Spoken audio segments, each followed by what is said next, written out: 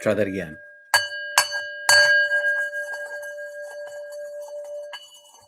Well, I'm not a good bell ringer today. How's that? Hey, everyone. Hello. I'm Reverend Peter Panagore, and welcome to Not Church on Sunday. Transformational and mystical wisdom through noetic understanding of near-death experience, and for you, access to a direct experience of God in the now together. Faith comes from a direct noetic understanding of God. And I want you to know I'm not your guru. God's my guru. God should be your guru too. I know that I'm known by the knower and that every day I journey homeward. Not Church is live streamed so that we can build an experiential, experimental community together online in the now, capital N, during this great global awakening that's primarily driven by medical science, resuscitation of tens of millions of near-death experiencers who carry the message of eternal love, awaiting everyone, everywhere, all the time. You are God's beloved. You are the prodigal child. Today, we glance at 5 biblical examples of mysticism that the great master mystic Paul points out in his letter to the Hebrews through Abel, Enoch, Noah, Abraham, and Sarah. But first, announcements. Next Sunday, Not Church moves up 30 minutes to the top of the hour, starting at 10 a.m. Eastern to help out our Pacific Zone friends. So subscribe and click the alert bell so you won't be late. And if you like Not Church, please like this video. Stick around for our live chat after my little talk this morning, and then tune into Zoom for our discussion at Mystic Tea Salon, where everybody has a voice. And today, Russell will present our topic of discussion. Mystic Tea Salon also starts 30 minutes later next week. So find the links at peterpanagore.love under the Programs tab, and never miss Not Church by subscribing to my email, which comes out every week. Now, from now on, we're going to try to start each week with centering prayer in order to be in the presence, capital T, capital P, together. So, everyone, thanks for coming this morning. I see there's a lot of people here. I see 35 people so far. So what I'd like to do is take our 35 hearts and bind them together in a few moments of centering prayers so we might be able to share and experience the buzz of love, of the presence in the now. The cosmic Christ said, "Where 2 or more are gathered, I am there." So let's take 3 breaths together. Like this.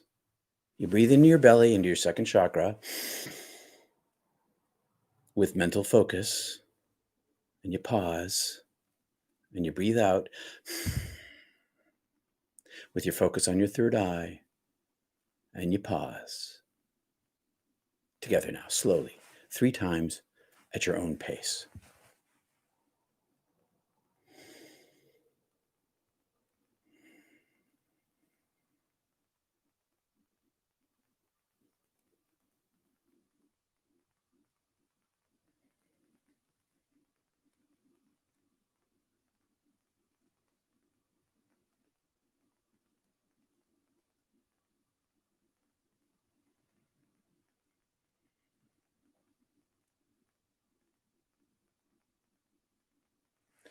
Now, remember, last week we spoke about faith that comes from a direct, personal, and transformative experience of God, be it large or small.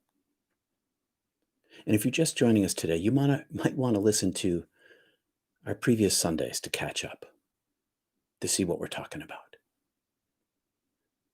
And you may read Hebrews 11 on your own if you want to. I'm going to be picking up Paul's salient points. Abel's real sacrifice was himself. He didn't mean to put his life on the line, but that's what happened with murderous Cain.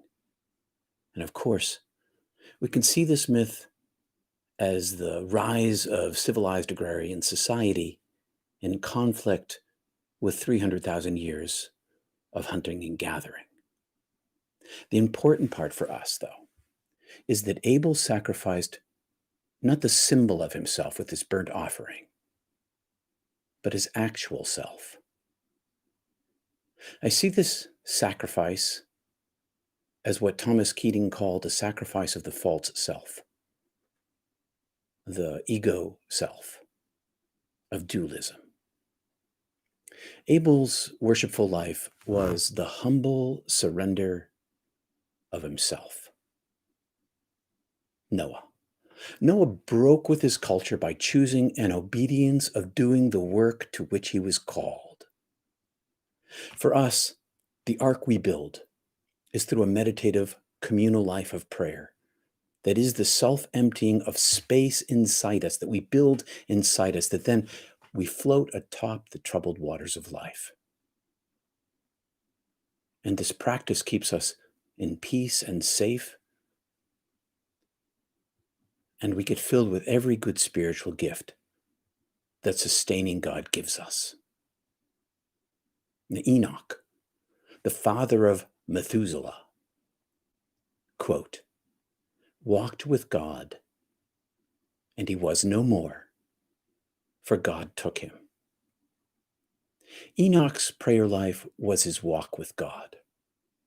Walking while praying is an excellent practice. It represents an action in the inner world matched with an action in the outer world that works great with social justice or just living a loving life. Enoch walked with God until he vanished. A life practice of centering prayer is our walk with God on our interior until our false self is no more. Prayer is an act of will that diminishes our smaller selves in order that our higher self takes over until we, our smaller self, vanishes. And we unite with the oneness of being inside us, in the now, here, and there in heaven. And like us, the mystic Abraham journeyed to an unknown and unseen promised land. A city with eternal foundations, says Paul, designed and built by God. Our mystical journey is the same as Abraham's. We glimpse the promised land inside our hearts when God touches us with the grace, the bits of mystical knowledge. Those transformative moments when the presence of God is real and living in us. For us, for instance, maybe it's at the time of the death of a loved one, and we may have a shared vision of their transition that moves us from belief in the afterlife to seeing and experiencing a glimpse of the afterlife that transforms us and leads us to a journey, on a journey, because of the experiential nature of mysticism. And this journey, this promise, the promise comes in the moment of the experience itself. This promise leads us toward our true homeland, the city with eternal foundations. Sarah was strengthened by the touch of God. Spiritual strength, it's an after effect of the mystical experience, as is the promise, as is the desire to self-sacrifice, as is the desire to build the space inside ourselves. Spiritual strength is an after effect and a lead into mystical experience. You can practice strength by continuing to practice your prayer. Spiritual strength comes when we accept the truth, capital T, of our own mystical experiences. Accept them for what they are. Don't try to figure them out. Just experience them and let the knowledge, the noetic understanding, live inside you as a promise to help you on your journey to the homeland. Now, in summary, the deeper ones journey into the unknowable God through the practice or labor of self-sacrifice of the false ego self and a prayer walk with God, the more strength we gain as we aim for the promised land within us now and here, and our eternal home to where we depart when we leave. Phew, that's quite a bit today. Now, we're here today because of the generosity of a few viewers and friends last week, and I thank you for the gifts that each of you gave in support. I make it easy at peterpanagore.love, where you can find links if you want to talk to me personally for counseling or coaching. And please like this video, that really helps. And I'm getting to know each of you or many of you through the polls that I place up here each week on YouTube, and thanks for participating in those too. If you're watching this after the live stream, please leave a comment so I know that you've been here. Next week, to a God unknown, agnostis theos, Paul, the mystics' description of God and humanity's intimate relationship and the unknowable nature of the divine from the Acts of the Apostles. So let's chit chat. I'm going to pop away the successful use of my teleprompter today because I finally figured it out. Ha ha ha. So the thing is, I figured everything out except for this little tiny bit. There we go. Whoa. So that kind of looked like the tunnel of death. That pulling away tunnel. I just caught it on the monitor. That's sort of what it looks like when you die. This tunnel, except the tunnel's coming towards you and you're going into it. But it sort of looks like that. So I think I solved the teleprompter problem. Now, why do I use a teleprompter? Because, it's much easier for me as a dyslexic person to prepare ahead of time. I like to prepare ahead of time. I like to think things through, and I like to stay on task. And then I like to chat about it. Hey, thanks, Kristen. Thank you very much for the donation this morning. So anyway, here we are. Thanks for the likes to everybody. 27 likes, 59 folks present. I'm going to skip over to pull the monitor in a little bit closer. I'm going to skip over here and take a look at, take these off. Do I need them? No, I don't think I do. Thanks, Stardust. Appreciate that. The donations really help. So anyway, hi, everybody. Do you have any questions or comments that you want to make this morning? Welcome, everybody. I see people from all over the world. Australia, Perth, Wisconsin, North Carolina, Vermont, the UK, Yarmouth, Maine. Hey, Alan, down there in Yarmouth, Maine, I should say up. Oregon, California. Hey, Jim. Next week, you get to sleep in a half an hour. So does anybody have anything they want to bring up this morning? Anything you want to talk about in regard to the 5 examples, strength, perseverance, the promise, the things that Paul mentioned this morning? We don't have to talk about that if we don't want to. We can talk about other stuff. But does anybody have anything they want to toss out onto the table here? I'd like to get the polls also, even though I've subscribed. Hit the alert button, Sybil. If you hit the little alert bell, you should get those polls. I think that's how it works. Anyone? Hey, Sandra from Philadelphia. Do we have more? Can I not see them? No. So maybe nobody has any questions today. Thanks, Alyssa. Why not a third ear? So there is a third ear. Okay, thank you for that question. Getting us going here, Charles. Yeah, there actually is a third ear. And I'll tell you what I think.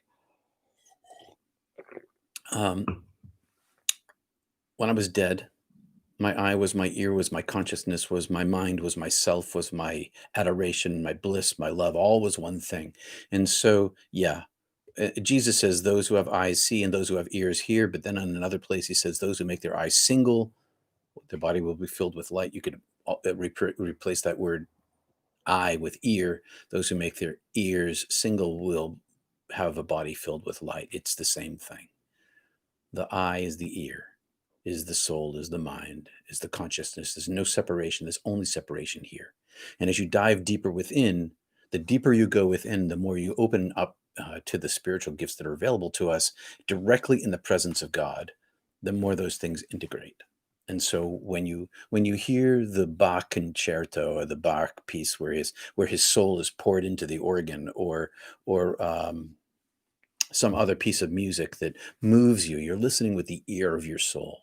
You hear the presence of the spirit that Bach put into the music itself by being present to the spirit while he was writing it. I hope that says, yeah, definitely the ear of the soul. And as individuals, as Stardust, we have an overwhelming meeting with biblical persons. What does one do about it? Is there a right or a wrong?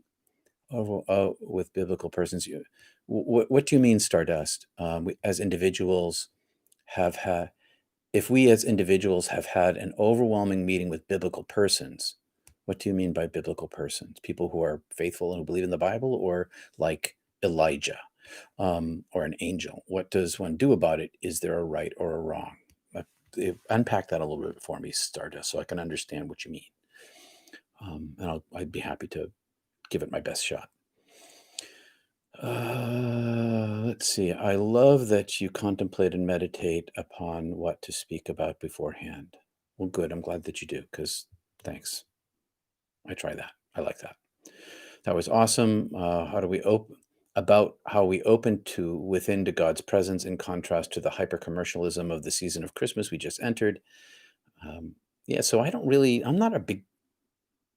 I mean, I love lights and I love my family being around me. So this year it's COVID, but but in the monastery, Christmas is only celebrated on one day of the year, and that's on Christmas. Has no commercialism at all. There's none of that stuff. It's always about the presence of God. The holidays help us do that, and if they don't help us do that, why do we use them? That's my place with that. Or our relationship with others in love. Let's see, I'm trying to process will and want to live again. Not sure what you mean by that, Lee. I get the sensation from music, but never associated with a third ear. The deeper you go inside yourself, the more, how do I say this?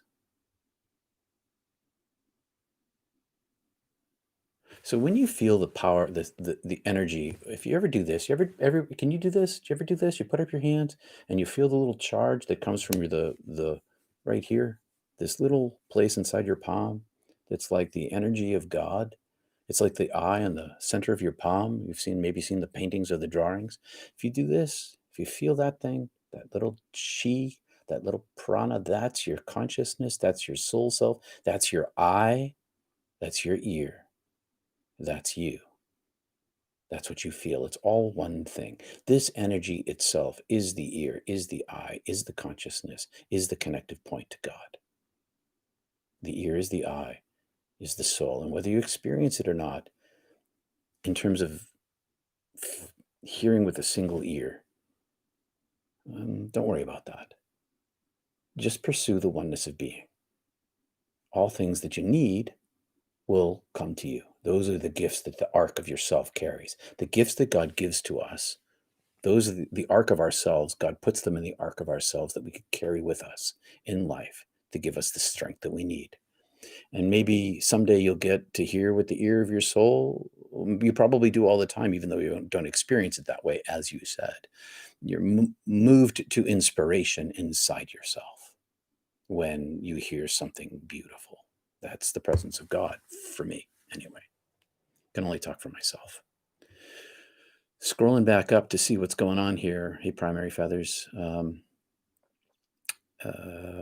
Jesus, Moses, and Elijah, and a visionary presence that came to speak with me. Oh, so I'd like to hear about that. Is there a right or wrong to that? How can there be a right or wrong to that? It's just the presence of God coming to speak with you, and that's always goodness. So yes, if you want to talk about that, you could bring that to the salon or have a conversation with me privately or talk more about it here. So Elijah and Moses, I think it was, came to Jesus in the Transfiguration scene in the Bible, where, of course, the disciples immediately misinterpret it and say, let's build a building here, instead of experiencing the direct presence of God. So if God can come to Jesus in that way, why not come to you? Because God gives us the same gifts God gave Jesus if we are able to accept them. That thing he says about faith, the faith of a mustard seed, etc. The inner ear and the third ear are one and the same, just manifestations of knowing. Yep, David, right on, David Greeley. For Giving Tuesday this year, I want to make an extra gift of thanks to you. Thank you, Wendy, and not church. I don't want to do it through Super Chat, so I'll use your website on Tuesday. Thank you, Wendy. Very kind of you. Love your insights into the scriptures. Thanks, Ruth. Just, getting me in trouble. All sorts of evangelicals I'm getting in trouble with. This appeared to me on the fourth day after September, they appeared to me on the fourth day after the September 11th attack in 2001 in New York City. What did they say to you? What did they communicate to you? What did they bring to you? And maybe you can't say that. Maybe that's ineffable. But if you can put a word or two to it, give it a shot. We'd like to hear. Stardust. Great idea, Wendy. Was there something more esoteric about Enoch? No, the weird thing is that the Enoch that they're talking about has three phrases in Genesis. That's it. You get Enoch gets those three phrases. He walked with God and was taken by God and seen no more. That's all it says. You walk with God, you get taken by God. That's really my takeaway there.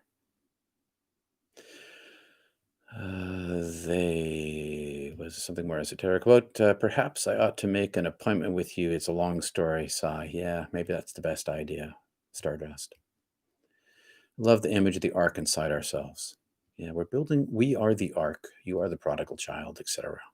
Everything, it's like when you're reading a great novel and you identify with the characters and that's what a great novelist does. If you identify with the characters in the Bible and you look inside there with mystical eyes at the symbols, you're going to see yourself even in an ark. Okay, because the writer the ark is kind of a character in the story. We are the ark that we build inside ourselves in order to carry the gifts of God in the troubled waters of life, especially in this world of turmoil we have right now. The biblical figures appear to you just after. Okay, that's a private thing going on over there. The ark of yourself makes sense. Can you speak more about the promise, Peter? Yeah. So thanks for asking that question. Vicky, every time you have a mystical experience, every single time, no exceptions. Every time you have an actual mystical experience, and there's lots of them, and like I've said before, at least half the people in church have had one, sometimes 70%. There's a promise embedded in the knowledge. So not only can each mystical experience be used as a singular lens or frequency of notes to aim your heart at in order to become more meditative, more prayerful, because there's an opening there. Each mystical experience opens onto a promise of more, the promise of abundance, the promise of unlimited love. That's why we end up with this longing in our heart, because we don't have the thing itself. We have a part of the thing itself. And that part is a promise of more to come. More and more and more. The more we pursue God, the more God pursues us and gives us more. Pursues us and gives us more. The promise is the mystical experience. It comes in the mystical experience, as does the strength, as does the self-sacrifice, as does the desire to pursue through action and the giving out into the world. All of those are part of the promise. The promise is the feeling of the presence of God that is just below your emotions, that buzz in your soul that makes us long for home. Did a whole city go with Enoch? I don't know. I don't remember reading that part. Maybe I'd have to read the book, go back and read Genesis again for that part. It doesn't matter. Maybe it does, and I should look at it, and I'd find more myth there. I can't say right now, Sue, because I'm not sure. I only read this week what I need to know for today's presentation. That about sums it up. He walked with God. Yeah, that's the thing. Enoch walked with God. And everyone who walks with God has the opportunity to, what's the King James Version say? Transition into God. I have a hard time figuring out my next step in life. Can't see it. Can you suggest how I find my way? Path, next step? I go through doors that open. I try to open lots of doors, and I go through the ones that open. But really, what I really try to do is the same thing I always say. I always try to aim my heart on the interior and pursue the oneness of being. And as I do that, the more space I have inside my ark, the more comes outside of me, the more radiates out into my life and presents me with opportunities for direction. I go inward to see outward, and I also work my tail off. But I'm moving blind through this journey too, like Abraham. I don't always know where I'm going or what I'm doing next. Heck, this whole not church is all about that. Not sure where it's going or what I'm doing next with it. I'm kind of moving along step by step, taking the path that's open to me. If you want to talk about with me privately and help you, I can help you reflect. Maybe I can help you find that inside yourself, what your choice should be. Because I know picking a path in life is necessary and difficult. The one universal thing there is, though, is the more you aim inside your heart, the more God presents you with circumstances that are suited to you, suited to me in my life, in my journey. Thanks, Charles. Thank you for the gift. You are the ark. I can see it on a t-shirt. You are the ark. Oh, that's great. It was extremely good, yet extremely powerful, and it was totally unexpected, says Stardust. And the communication from the three from them contained a mission. Oh, yeah. Well, that's part of the promise too. The mission, the action, the filling, the loss of um, the false self and the choosing of the higher self. It's all part and parcel of the same process. I'd like to hear what they said to you about your mission. Peter, how would you suggest reading the Bible? I've tried various times, but I can never really get into it. I never know how much I should believe. Listen with your heart as you read through it. Don't approach it as a literal book. Think of it maybe as a novel. Think of it maybe as fiction if you're having a hard time with it. Don't restrict yourself to one form of understanding. Just read it. And I would suggest the Gospels as opposed to anywhere else because they're the easier ones. And I'd look at the Gospel of Mark first, just because he's the simplest writer, or the School of Mark. And just read through and pay most attention to the words of Jesus, not to everybody else, just to the words of Jesus. There's those red letter Bibles that they're out there, the words of Jesus. Try to flip in your mind his words. Try to, it's called in the Catholic Trappist tradition, the Lectio Divina. You read the words of Jesus in this case, and you kind of mull them over. There's gems in there. He's always talking metaphor. He's that code switcher I talked about months ago. Always talking two languages at once. So I try the Gospel of Mark for starters. Let's see, Peter, but address the emptying that has to occur to be filled. Well, that's what the whole walk with God is all about. You walk with God. That's what happened to Enoch. He walked with God and he vanished. The process of meditation prayer, centering prayer practice, is the emptying of self. It's the daily elimination of the false self. It's the self-emptying practice in order to be infilled with the oneness of being. That's why it's all about listening and not listening to God by controlling your thoughts, by creating a space of peace and silence. It's this practice of self-emptying of the ark. I'm not sure the metaphor stretches all that far because he built the ark and then God filled it with gifts. It was an empty thing that he built. The labor of the building is the practice of centering prayer or meditative life. He walks with me and he talks with me and he tells me I am his own. Yeah, that's right. God walks with you and talks with you and tells you you're God's own. That's the relationship. That's mysticism. Yeah, maybe we could share it in the Mystic Tea Room if you are comfortable. Stardust? Yeah, maybe. I don't know how to do the Mystic Tea Room. Go to my website, peterpanagore.love, click on the tab that says Programs, and there's information there under Mystic Tea Salon. Try an audiobook for the Bible. That's a good idea. I do lots of audiobooks. They're great. Right now, doing the Queen's Gambit. Started watching it and decided to read it. Audiobook. Bible on audiobook. I don't know how to do the Mystic Tea. Oh, yeah, let's see. Jesus' teachings are amazing. Yeah, Jesus' teachings are amazing. The Gospel of Thomas is a great place to look to. That's a very easy place to grab the teachings of Jesus. Do you have any suggestions about how we can choose the light rather than the false self in our daily interactions with others and how we treat ourselves? Yeah, it's all about the centering self.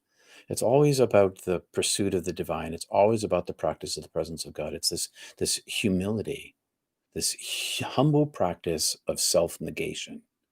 And then you don't have to try to choose to be that way in your interactions. It kind of grows inside you and you bring it to interactions. And it's not perfection, okay? You still make mistakes and you still get angry and you still treat people bad sometimes. That's just the way life is. But overall, the more you dive inside yourself and connect to the oneness of being, the more that becomes present inside yourself as a living being. And then it leaks out into the world.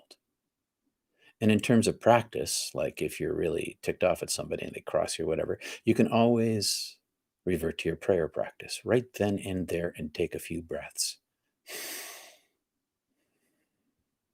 Calm yourself down. Hope that helps. When I talk about emptying process, it's not always comfortable or easy. It can be painful experiences, the battle with the false self. Yes, the battle with the false self is because your self is battling against itself. The practice of self-emptying is short circuits that process, and it's really not a battle of ego anymore. It's merely this practice of looking at the divine presence inside yourself with breath and focus and letting the battle take care of itself. You don't have to fight yourself. That's the false self fighting the false self. All you have to do is get out of the way. That's what the meditative self-emptying practice is. You're just getting out of the way. And then there's no more battle. It's much more like Aikido, or it's much more like Aikido than, say, Taekwondo, right? It's using the other person's energy against themselves. As instead of striking the ego, striking itself, it's the using sophisticated thinking of self-emptying, of self-negation by repeating a particular prayer over and over again in order to short circuit the mind and let it just sit in silence moment by moment. Can you find Peter's website under the programs? You can find it in, let's see. I can definitely tell the angel versus the devil on my shoulder most of the time. Sometimes fear lets the devil win. No fear, only faith. Yeah. It's the listening and aiming one's heart always at the presence of God and kind of letting the rest take care of itself.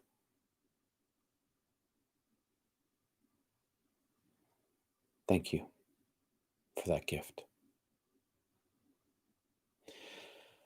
I think it's Colleen, HJF2B me. All right. Is our goal to become aware of God's presence in each moment in our lives? And is it possible to live a daily life also in constant state of awareness of prayer? Yes. Yep. And yep. Yep. The goal is to be always in the presence of God. The practice of the presence of God makes God present. And God is always present anyway. And so what we're basically doing is opening ourselves up to that thing which is already here and now. And so, yeah, it's totally possible to live that way in life. I live that way in life. And I'm not special. That comes through practice of prayer and the aiming of the heart at the divine. And it's always through the filter of our bodies, and it's always through the filter of our lives. And so it's never perfection, but it is the connectivity and relationship that you develop and the practice of the presence of God in your prayer life that then radiates out into the real world. I mean, when I say radiates out into the real world, I mean radiates. I don't mean like it's a practice out there. It just kind of comes on a frequency level. You attune yourself by attuning your interior ear to the frequency of God. That same attunement radiates out into life. And then you get to live in the presence of God all the time. To some degree or another, because it does have some variation to it. And there's not always peak experience. Sometimes it's pretty quiet. All right, my friends, can you say more about Abel's self-sacrifice of daily agrarian work? Yeah, so we could talk about Abel's gardening and being in the presence of God. We could talk about Cain's stillness while he's hunting. One's connected to stillness because hunters have to be still in order to hunt. And gardeners have to have their fingers in the soil, which is like a nature experience of God, a growing of things. I think that what Abel, that's just a myth, by the way, tells us a little bit about who we are. But I think that Abel's self-sacrifice wasn't so much in his gardening. I think it was his loss of himself. Why was his heart better? Was it better than Cain's? I don't know that. That whole thing about the smoke going up straight and the smoke going sideways sounds like a breeze to me. Sounds like Cain put his fire in the wrong place.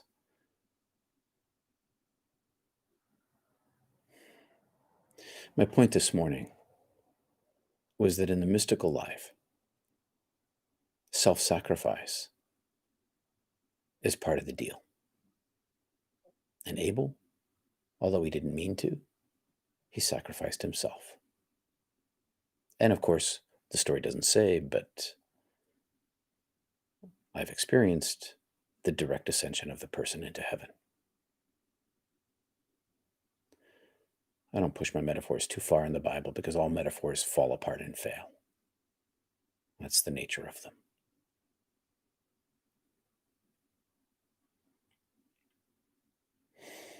Right now, I'm seeing the ego as the sandpaper helping me feel where I need to give up and allow God to be the salve and fill in the wound to heal in love. That's beautiful. The hard passages, the gut-wrenching stuff, when you pass through forgiveness all the way to gratitude for the freeness beyond, you find peace. Yeah, and it's a peace of beyond understanding. It's the peace beyond the world. Is it possible to try too hard? Because I find God speaks to me when I expect it least. Yeah, there's this thing in Taoism called wu hui, not doing. Yeah, the whole practice of meditation is to get out of the way so that your mind is not doing. And when we, the effort isn't to desire God. The effort is to quiet the mind and let God speak to us, and not to try to find God, but just to quiet the mind and let God speak.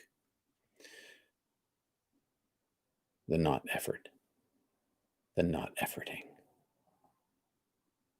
The efforting part is to quiet the mind. The not efforting part is simply to be in the presence and let God speak to us.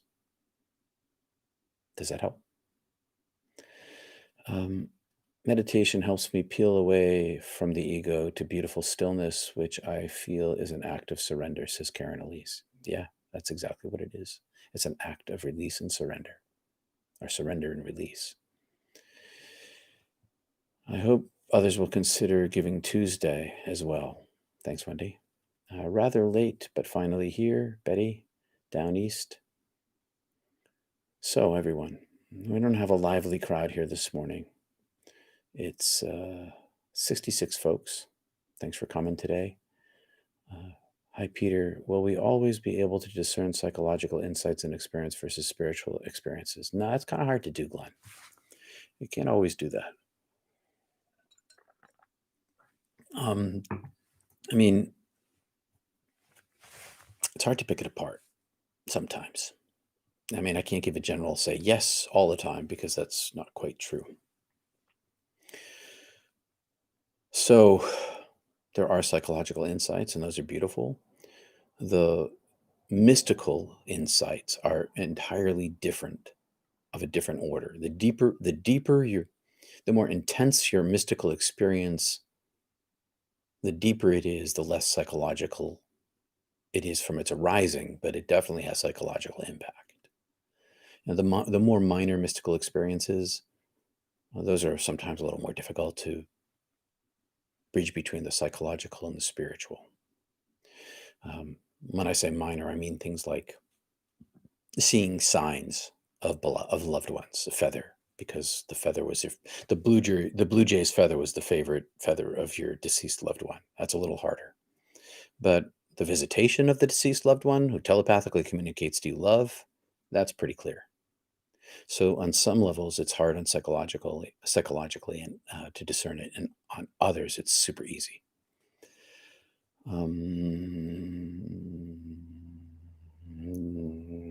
If you have those sort of minor mystical experiences that are difficult to determine whether it's your psychology or your spirituality, don't worry about it. And just keep your heart aimed at God. You don't have to figure everything out. Neither do you have to be able to articulate your mystical experience. That's not a requirement. As a matter of fact, it's hard. Not only is it hard to do, when you do that, you run the risk of calcifying it in your mind to being that's what it is. And so then you lose a little bit of access to the presence itself, which is why you always keep your heart aimed at the presence itself, so that even if it does calcify into concept and language, you can still target the place inside yourself of its origin and find the peace and solitude and silence of the presence of the living God there. I like what you really said today. Don't try to figure out the mystical experience. Just let them be part of you. Yeah. Just let them sit inside you. They're going to work anyway, whether you understand them or not, or whether you speak about them or not. They're still going to be present in every moment of your life, especially if you continue to pursue the pursuer.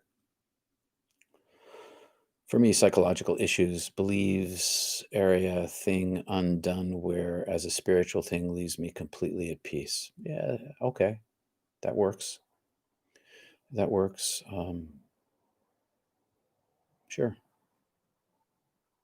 We're not lively. Do you want us to do a song or dance or start a riot? No riots. Okay, that's not protected by the Constitution. But protest is peaceful protest. So yeah, nah, you don't have to do any of that kind of stuff. I'll get you in a contemplative mood. That's fine. I don't need to. Contemplation is what this is all about. Can you share how you carry your practice of surrender or connection to God throughout your day after meditation? Well, in some ways, it carries itself. So the more you practice meditation, the bigger your emptiness inside yourself, the more space you have in your arc. So it kind of carries itself. The arc is carried along by the structure. So you build a boat and then you put it in the water. And the building of the boat is what keeps it afloat once it's in the water. And so you're building your boat through your practice of meditation and prayer, and that's what keeps it afloat in the middle of your life.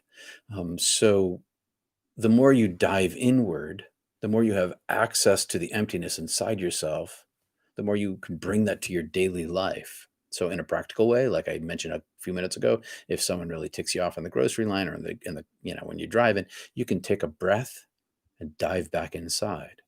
And that's one aspect of it. But really, it builds itself into a ball of radiance that permeates every single aspect of your life, all the time, everywhere. And you don't have to effort that thing. All you have to do is self-empty, and that comes as a part of the gifts, comes as a part of the process. I know that people want it instantaneously, and I can't, God can do that. God can give you the grace to do that. But for most of us, it's a rigorous practice of self-surrender through the practice of meditation and inner work, and self-surrender. And it just naturally becomes present in life. I don't effort this thing in my world. I just aim my heart at God and let it flow out. Get out of the way. Getting out of the way. Let's see. That's awfully helpful. Thank you, Stardust. Words can clarify sometimes, but speech diminishes the scope of it. Yep. We're going to need a bigger boat. Yeah. My wife's cousin was in that movie on the vineyard as an extra, just throwing that out there on the beach scene. We're going to need a bigger boat from Jaws. And I shouldn't joke about it because there was somebody got bitten by a shark off the coast of Maui today or yesterday. God help that person.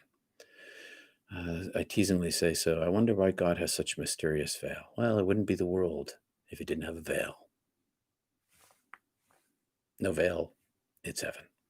Veil, it's this world. How do I use the presence of God and not be compelled to answer myself or my citations of others who may or may not be in faith? How do I not match ego with ego, Tom? So yeah, that is also the practice of the presence of God. There's this, when one has access to the divine presence in a loving way, one learns to realize the great equality of humanity. And it's not the heights of humanity that are our greatest equality. It's the limited nature of ourselves. And so when you access the unlimited nature of God in an overpowering way through self-surrender, then there's this great equality that occurs as a spiritual gift of humility and not having to match ego for ego because you already know they're beloved by God. And even if they have a misunderstanding in your world or in my world, see, I don't have to agree with everybody's near-death experience. It doesn't matter to me if mine is different than theirs. Why are there so many? Why are they so different? I don't really care. It doesn't really matter because it's always manifested through my own body and my own world, and theirs is theirs same way. And that's true of just general living, just generally living. Everybody's got their own perspective on everything, but none of our perspectives, they're all fake. They're all human. They're all made up. They're all culturally based. They're all through the lens of our own experience. In the divine self, there is no difference. And the more we connect to the divine self, the easier it is to see the light inside the other. And when you see the light inside the other, because you see it inside yourself, then those walls break down. The walls break down, not because of any action or decision that you make, but it's merely by seeing the light inside yourself so that you can see the light inside others. And then you see beyond their humanity. You see beyond their flesh and bones and their ego selves and your own. And if you get caught in a situation like that, take a breath Aim your heart back at God and release and relax. There's no need to fight them. They're going to find out when they die, just like everybody else. And I can't wait for that myself, because there's no strife or fighting in heaven. There's only love and being, unity and oneness, and that's available to us here. So, Tom, the prescription's always the same thing. Focus in your prayer life. Realize that you are not who you think you are, and neither is anybody else. All of us are divine beings of love, children of God. Not in our physical forms, okay, yeah, in our physical forms, but primarily made in the image of God. Light from light, photon from photons. That's where it's at. That's how it works. That's where the connection happens. Interiorly to the oneness of being, and exteriorly to the oneness of being. And even if that person's your enemy, as we talked about in the past, and a person can, in an ego battle, that other person, you're fighting against that other ego. And sometimes that's important. Sometimes it's necessary to fight back. But you don't have to be attached to the outcome, because the outcome's the same for everybody. Home, the promised land, that's the outcome.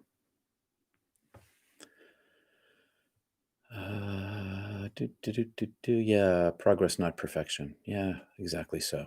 It's never about perfection. There's only one perfection. Only one perfection, and it ain't here. Is the humility of God in heaven not perhaps an important topic to ponder? Yeah, God's selflessness of self-giving, and the humility to let us make our own decisions and mistakes. And that's kind of what, thanks, that's kind of what I'm talking about, Tom, is you let other people make their own decisions and make their mistakes, just like I make my own. God lets that happen to us too. The humility of God is that we get to have our own will. But the more we align ourselves with the will of God, by looking at Christ consciousness, by pursuing the presence of God, the more we do that, the more we're connected to the oneness of being and the perfection. And then we're able to let other people have their own imperfections. Because I have my own imperfections, we think. I am as flawed or as failed as everyone else, and as beautiful a being of light. Yeah, it's a big subject, humility of God, and maybe we can touch deeper into it. Sometimes I feel comfortable simply saying, I don't know. Yeah. Yet humility seems to be an actual strength and deference to God. Yeah, humility is a real thing. You know, when I look at the gurus around the world who have big followings, if the guru is not humble in terms of, if they're always looking at themselves, pointing to themselves, or pointing to their form of knowledge as the only form of knowledge of God, or that if you have to believe in what I believe, there's no humility in that. Humility is this recognition of the limitations of every human being, including yourself, myself, and the unlimited nature of the divine. And when we aim at the unlimited nature of the divine, when we aim at heaven, we get earth thrown in. When we aim at earth, we get neither. C.S. Lewis. You aim at heaven, and you get to understand earth. If you just aim at earth, you miss heaven altogether. So aim your heart at the divine. And it takes practice, Tom, and I'm sorry that it takes so long, but that's the way it is. The stripping of the self takes time. Got about 6 minutes left here. And therein lies the answer to why there is evil in the world, says one day. When I call myself a child of God, I don't consider myself God, but I have been taught that I am a piece of God inside me. Yeah. Yeah, but see, the weird thing is the light sees itself at its very core self, center of its own being. It's seeing itself through me to you. But my consciousness is somehow separate from it. My consciousness is both connected, superpositioned in God, and also superpositioned out of God. So it's both in and out at the same time. And I'm not talking about it in terms of my physical life. I'm talking about my soul consciousness itself, both being a portion of God and being separate from God at the same time. So less than, even in my soul self, without my physical body, I am still less than the eternal infinite. And yet, that eternal infinite, when I was dead, was the wholeness and oneness inside me. Paradox. Child of God. Being of light. All right, a couple more minutes here. Give others the dignity to follow their own spiritual path and hit bottom. Yeah. Because nobody here gets it fully. Nobody can. We're under the veil. That's just the way it is. Even Jesus, which is what we're going to talk about today at the salon, even Jesus had his human limitations. Thank you for your supportive questions, comments to your questions. Yeah. Oh, thank you for your supportive questions and comments. Part of the process. I appreciate it. You're welcome, Stardust. All right, everybody. There's an evil person in my life, and the more I pray for his well-being, the more his evilness grows. Pray for your own well-being. Pray for the presence of God inside him. Pray for the presence of God inside yourself. We can't change anybody. We can only become more connected on our own. We can pray for other people, and that's helpful. And when we pray for others, we pray for ourselves. But the more you dive inside yourself, the less it matters. Now, if he's evil and hurting you, well, that is an entirely different thing. If he's evil and hurting you, well, maybe we should have a talk about that. Because you'll need to protect yourself. And I'm not just talking spiritually. Humility is infinite like his love. Love is humility, and humility is love, is joy, is charity, is understanding, is knowledge, is wisdom. Love is all those things, beauty and bliss. All right, everybody, I got to go. So I'm sorry to have to cut us off here, but we got 2 minutes left and I got to get ready for Mystic Tea Salon. Thanks for coming today. Like this video if you like it. Subscribe and click that alert button. Thanks for coming today, everybody. Peace and love. Next week, we talk about that famous quote that John Steinbeck used as a title of one of his novels, "To a God Unknown." Comes from Paul in Acts. All right, I'll see you next week. Thanks, Oglala, the kid. Appreciate that. In pounds. That's wonderful. Thanks a lot. Gotta go. Bye, everybody. See you next Sunday. Peace and love, Thas. Good to see you from South Africa.